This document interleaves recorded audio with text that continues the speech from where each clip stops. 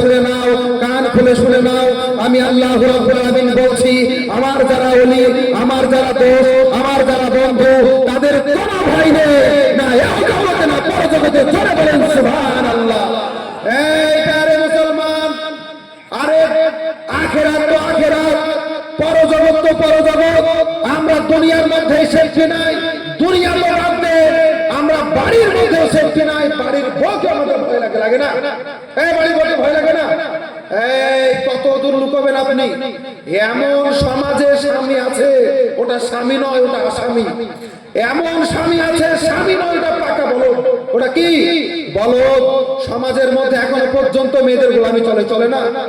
সমাজে এমন এমন বাড়ি আছে যে বাড়িতে স্বামী মরণ নয়, বাড়ির বউ মরণ নাই।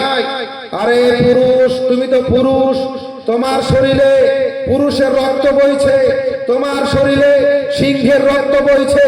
বাঘের মতো গর্জন তুমি দেবা, ও বাঘের মতো গর্জন বইয়ের কাছে চলে না, চলে? সমাজে বইয়ের কাছে ভয় লাগে তো পরজগৎ তো দূরের কথা নয়। এই নয়, পরজগৎ তো অনেক দূর হয়ে গেল। আজকে মানুষ বইয়ের কাছেও ভয় করে। বেশি কিছু বলতে গেলে বউ বলে চলো বাড়ি একবার, তোমাকে দেখছি। ও তখন ভয়ে এমন ভাবে আসে যেন মনে হয় এটা পুরুষ নয়, এটা হলো কাপুরুষ। সমাজে কত নেবেন? পুরুষ মনে হয় না, কাপুরুষ মনে হয়। তো আজকে চিন্তা করুন, পরকালকে বাদ দেন, কবরকে বাদ দেন, আপনি বাড়ির মধ্যে বউকে ভয় করছেন। করে না? ভাই করে না? এই গ্রামে করে না, আমার গ্রামে করে। আমার গ্রামে পুরুষ আছে, অনেক পুরুষের নামে কাপুরুষ আছে, যারা বাড়িতে এমন ভাবে চলে, কঠিন ব্যাপার।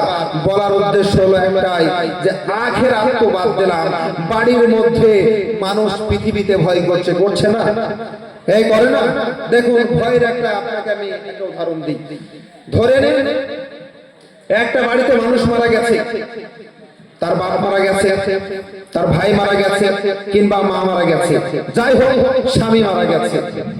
স্বামী যখন মারা গেছে, বাস্তব কথা বলছি, 100% বাস্তবের সঙ্গে মিলে যাবে।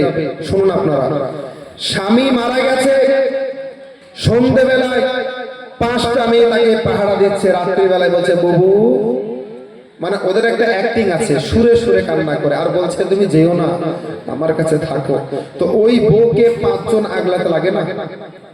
হ্যাঁ কিনা বলেন না? লাগে না? 5 জন লাগে।